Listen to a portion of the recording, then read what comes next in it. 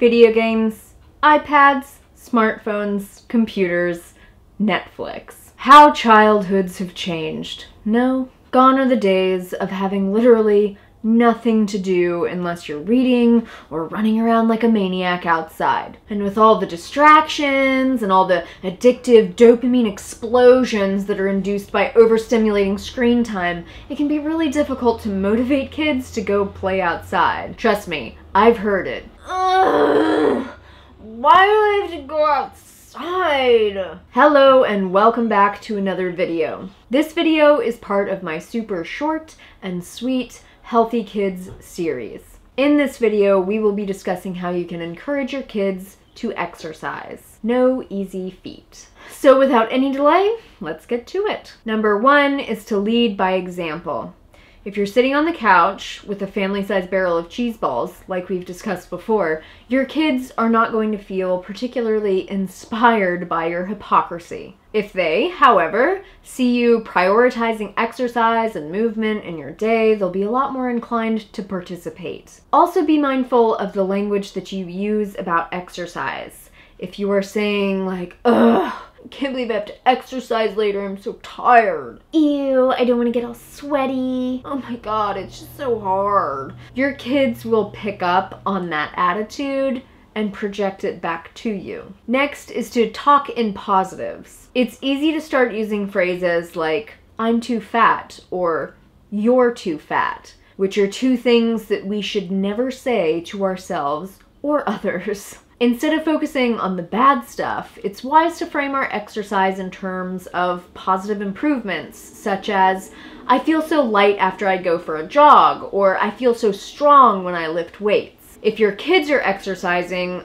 I suggest avoid complimenting their bodies with statements like, you look like you've lost weight, or that tummy is shrinking. Opt for compliments like, you're looking so strong, your posture looks fantastic, you have that post-workout glow, or you're getting so fast, your footwork is really improving, I'm so impressed by how you can stay balanced on one leg for so long, etc., that kind of stuff. All of these statements won't potentially disembowel your child's self-esteem, and it motivates them in a proactive way. Number three, I suggest explaining your motives. No one likes being told what to do. Period. Try to remember what it felt like when you were a kid and a parent demanded something from you. You probably felt frustrated, powerless, and unseen. That's what it's like to be a kid, and I think that's an absolute travesty.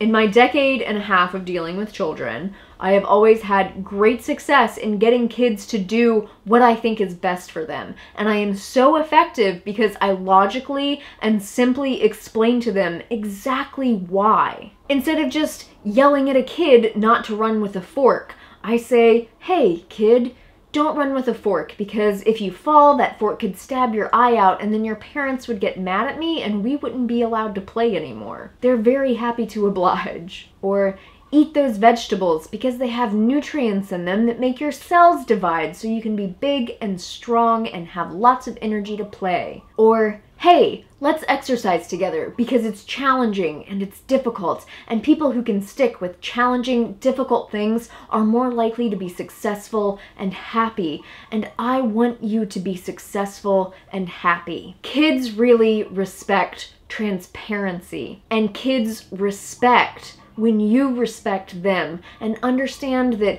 they benefit from being able to understand the bigger picture. Explaining your motivations and trying to show them what you're really thinking and why you're asking them to do what you are also helps them to understand that you don't take masochistic pleasure in forcing them to do unpleasant stuff, because that seems to be what most kids believe about their parents. Next, I think it's important to explain to your kids how their bodies work in a positive way. The minds of children are beautiful little sponges. They want to soak up goodness and information. When you're talking about exercise with your kids, tell them about how their blood moves around their body and how when they're exercising, that blood goes extra fast and it gets into all of the nooks and crannies of their bodies that don't usually get a lot of blood flow. Tell them how their veins and lymphatic system work, how they are pumped almost exclusively through muscular contraction. Talk about joint capsules and how the more you move your joints, the more synovial fluid they produce and the more nutrients make it to the area. Once you and your kids know a bit about your bodies, exercise is so much more engaging and it feels so much more satisfying. My next tip is to empower them to be responsible for their future and their health. Let's talk about everyone's favorite topic, consequences. I totally understand that humans are like a little bit soft in their frontal lobes for like the first 22 years of life. But if you explain consequences to kids in simple terms, they're usually pretty damn good at understanding them. I've had very frank and candid talks with my stepdaughters about the consequences of our overall dietary and lifestyle patterns. We've had a lot of discussions about what happens to people who frequently eat these common, unhealthy foods like soda, ice cream, cake, candies, etc.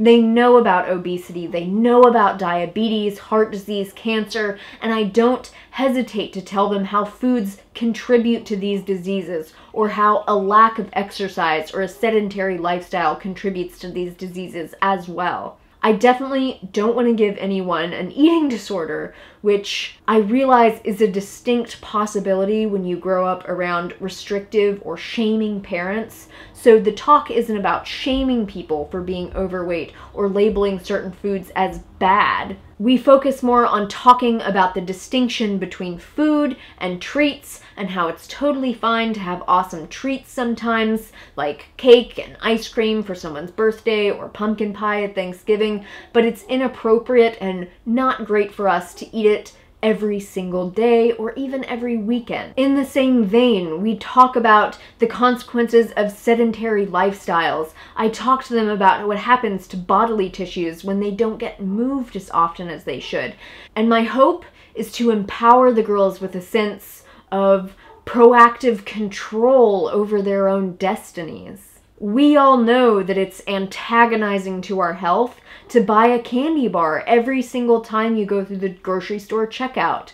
We all know that soda is never an acceptable replacement for water, and we know that if we make these choices regularly, we should expect a certain result. Along similar lines, I've also explained how we can be proactive humans, and if we do find ourselves a few pounds heavier than we'd prefer to be, there are very healthy, sustainable ways to get back to our preferred weight. Another important aspect of encouraging your kids to exercise is to exercise in nature or in pleasant spaces, because exercise can become miserable very quickly. We exercise with the girls inside frequently. We do activities like light weight training, boxing, or plyometrics, all of which is within their physical abilities, obviously. But we don't make that last forever. Like 15 minutes to half hour seems to be the max, and we try to keep the mood light during the process. Another way we get the girls active is by doing stuff that doesn't feel like exercise. More points if it's in the great outdoors.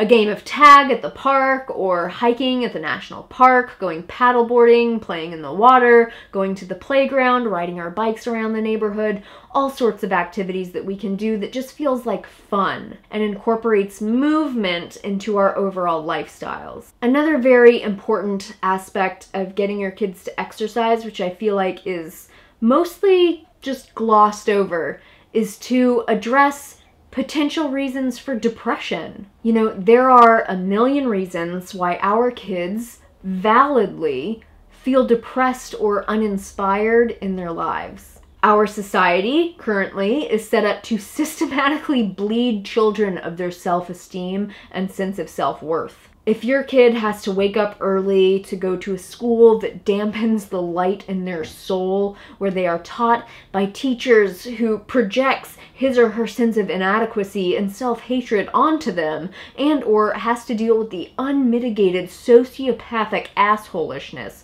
of most of their peers, then come home to a suburban tract neighborhood that's devoid of nature, filled with clutter, and then they zone out in front of a TV while they do their homework, waiting for the sweet anxiety relief of stuffing themselves silly at dinner, then yeah, I wouldn't be motivated to move my body either.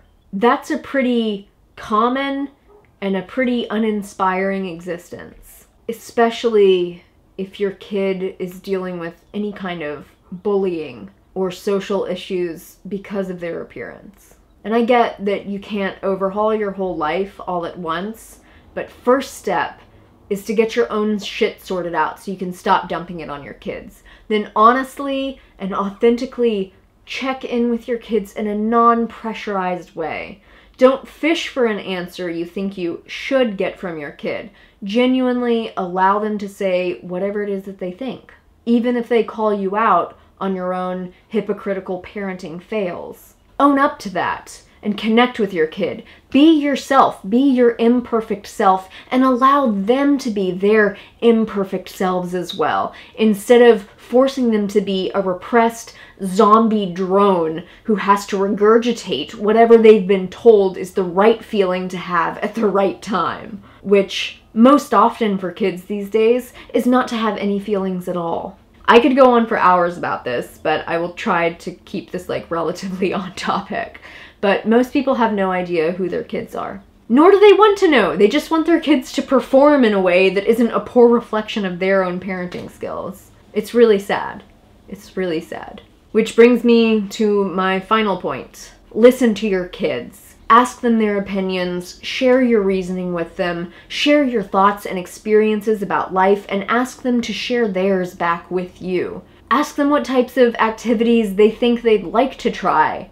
Because not all kids want to play team sports, not all kids want to go to a gym, not all kids want to play team sports, not all kids want to exercise in a gym or at home. The activity, the type of exercise that is going to be enjoyable for them, you might have not even heard of it yet. And you guys have to work together to try to find something that's going to be enjoyable. So let your kids know that you are willing to work with them to find that activity. So super long story short, you can't make your kids exercise. In fact, I think it's bad parenting to try to manipulate or force your kids into it. But you can support your kids in their own efforts to make solid choices for themselves, to prioritize their own health and well-being, and allow your kids the freedom to be their true selves, even if that true self is an affront to the plans that you have already made for them. Alright, so thank you so much for watching. Please give this video a thumbs up if you found it useful, and don't forget to subscribe and hit the little bell down below so that you will be notified when new videos come out.